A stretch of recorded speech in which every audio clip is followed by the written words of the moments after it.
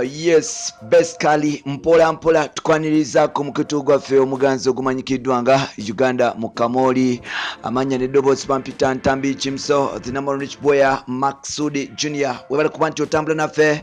gwe atambula naffe webale kuba nti osubscribinga gwe yasubscribinga ate nawe atanaba kuba nti osubscribinga ngamba kikasero beri nti osubscribinga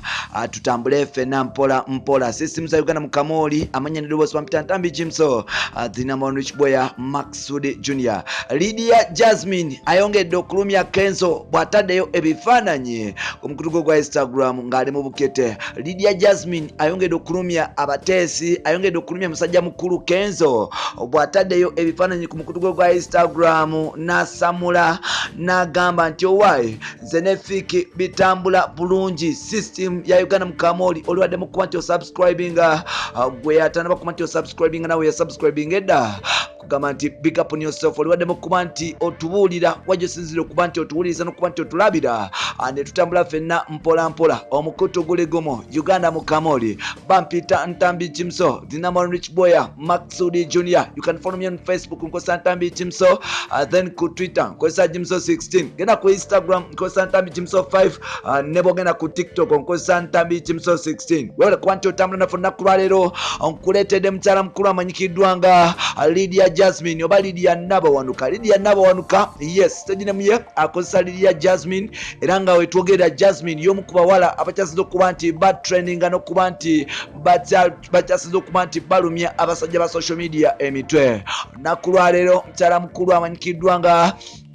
Lydia Jasmine yageze ku mukutu gwa Instagram, Facebook okata ne Twitter n'ateekayo ebifaananyi oba oliawo ebirese abasajja nga basabaladde n'okuba nti babajje oba nga abasajja bavudde mu mbeera. Lydia Jasmine ataddeyo bufaananyi buno nga bumpimpi nga busikiriza obumu nga buwanvuwanvu nga bulagako ebisambi obulala bulaga amabeere ne bulaga ne figa ennungi kwogata n'obuuso bwe obulungi omukyalo ono bw'alina. Omukyalo ono mukuba nti okuba nti ateekayo obuntu ku Instagram kwogata ne social media endala bangi abasajja bangi bavuddeyo ne bamwepikirira bangi bagamba nti basobola okusacrificinga obukadde n'obukadde nga banoonya mukyala mukulu amanyikiddwa nga Lydia Jasmine. Abamu ku bo bagamba nti basobola n'okuleka bakyala baabwe ewaka ku lwa Lydia Jasmine kubanga Lydia Jasmine mukyala mubalagavu, mukyala alabika obulungi, mukyala ow'ettabu, mukyala alina byonna, alina okuva ku kabina, alina okuva ku ntumbwe, alina faces ez'ettabo chocolate. Musajja mukyala aliko original teye bleaching nga bali abalala.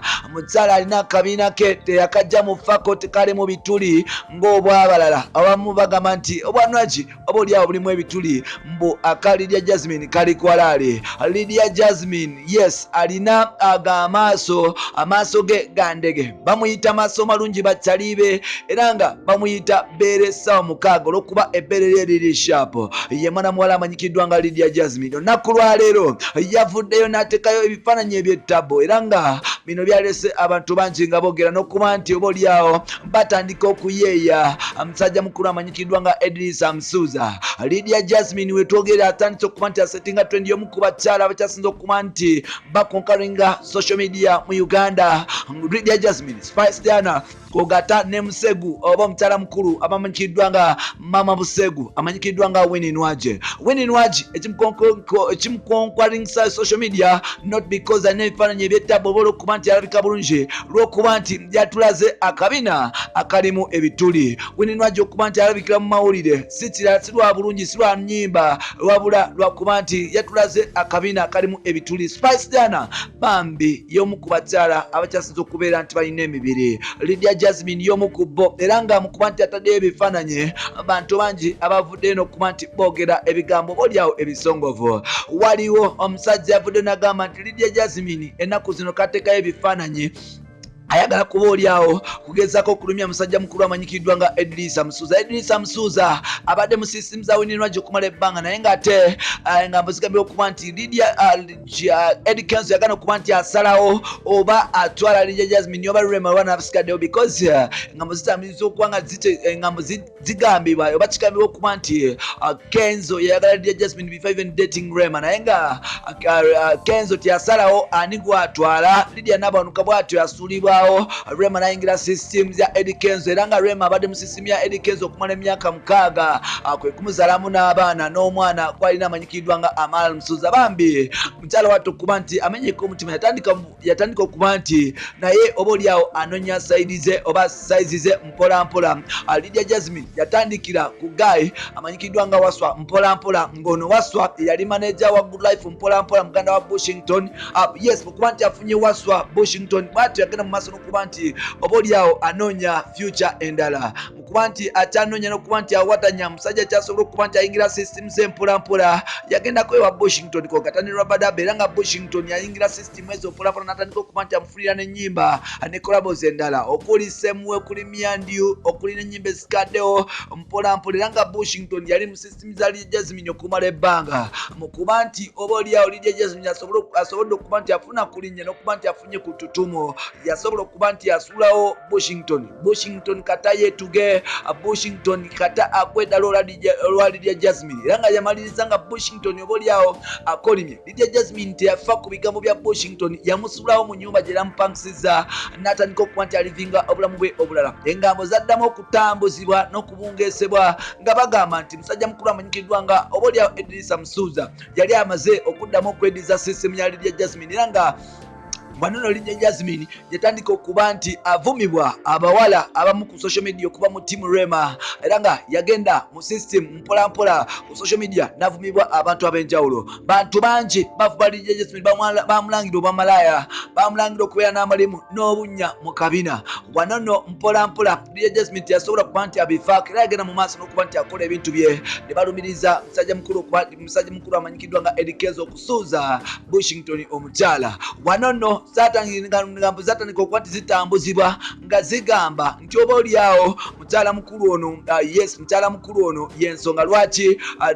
Kenzo takyadawula Rema era nga Rema yatandika okuba nti naye akyuka mpolampola n'okuba nti oba oliawo atandika okusettinga omupiira omulala mu kusettinga emipiira gye gyaliwo mingi naye yamaliriza atebye kwa Dr. Hamza Sebunya ng'oba oliawo avuddewo mu system za Edrisa Musuza era nga wayitambale Lydia Jasmine naye n'avaawo n'afuna omusajja omulala ng'olwono Kenzo atandise okuba nti atagala Kenzo bamuyita Edrisa Musuza tagali yatandika okuba nti atagala mpolampola n'afunayo kibebi ekirala nawe kityo mukyala mukulu amanyikiddwa nga Lydia Nabawanuka aka Lydia Jasmine naye atandika okuba nti atagala oba oliawo naye asobola okuba nti ayingira aba afitinga mu system nga Kenzo bakikola yagenda mu kutagala yafuna omusajja bamuyita Mr. Kampala yasobola okuba nti amugulira emmotoka n'okuba nti amutambuza ekibuga Kampala n'okuba nti oliawo atandika okuba nti amuteekamu essente olw'okuba manager we amanyikiddwa nga Bushington baali bakitadda wanono mukuba nti atandise okuba nti atagalatagalamu ne Mr. Kampala Lydia Jasmine ebintu bye tebyagenda bulungi yamaliriza ne Mr. Kampala amusuddewo mpolampola era nga n'emmotoka gye bamugulira bambi mukyala mukulu ono bagimugyako byonna kyatandika okuba nti kitambuza obulamu bwa Lydia Jasmine ng'omuyimbi bubi nnyo era nga bantu bangi batandika okuba nti bamwogerera omupiira batandika okuba nti bagusetinga awo nno musajja mukulu amanyikiddwa nga Walkak Shafik aka Fik Famaika n'asalawo n'aba nti naye asetinga omupiira gwe wetwogerera Fik Famaika Uganda's freshest a rapper, Uganda's #1, Uganda's finest. Omuyimbi bamuyita Fik Famaika yasobola okuba nti aperereza n'okuba nti ayingira mu system za Lydia Jasmine mpolampola era nga twamaliriza nga Lydia Jasmine omupiira bagumusetinzemu munda nga Lydia Jasmine omupiira agukkiriza era nga twogerera ennaku zino avuga emipiira gya Lydia Jasmine avuga emipiira gya Fik Famaika simulala bamuyita Lydia Jasmine ali mu system za Fik Famaika era nga obulamu butambula olunaku lwaleero bavudde ne bateekayo ebifaananyi ku Instagram nga bwatabu nnyo bambi ne bagamba nti Kenzo wasuubwa asupu Kenzo walikawo supu n'awola Kenzo wasuubwa omukyala alina byonna Kenzo wasuubwa ekikazi ekirina ebintu Kenzo wafuna ekikazi ekikakamu wasuubwa olukazi oba oliawo ekikazi ekibirina byonna nga tesibyaffako Kenzo wasuubwa ekikazi ekitalina bitulinganwaje bamuyita Lydia Jasmine system azingiddemu Lydia Jasmine ennaku zino atagaza abantu ku social media atagaza abantu ku Instagram n'omubiri ogw'ettabu bagamba nti Kenzo wasuula Kenzo singa wamanya ebirungi omukyalo ono byalina gold gwalina mu ndomo tewali badde nga otagalira kwabo abataliimu. Obya Fikfa Maika ne Lilya Jasmine bitambula bulungi era nga omukwano gubasuza mu kabo. Ogwa Kenzo tetumanyi kyekitambula, atuwulira bamusaba mugole. Bafaani bagamba Edrisa Musuuza ki otuwaddi omugole, abalala bagamba nti Musuuza oba kiki system kiki, emirimu tegitambula bulungi wagwa Ndede. Naye nga Kenzo agamba nti omutuufu ajja kyekiseera okuba nti naye muconcentratinga n'okuba nti oba oliawo naye aconcentrate ku music career ye, aconcentrate ku future ye before kuba nti oba oliawo afuna omukyalo omulala. Kenzo agamba takyapapira abakyala because abakyala bamulagako dde akafuna abakyala babiri nga bamulekawo nga bamumenya omutima, so mukuba nti atwala budde bwe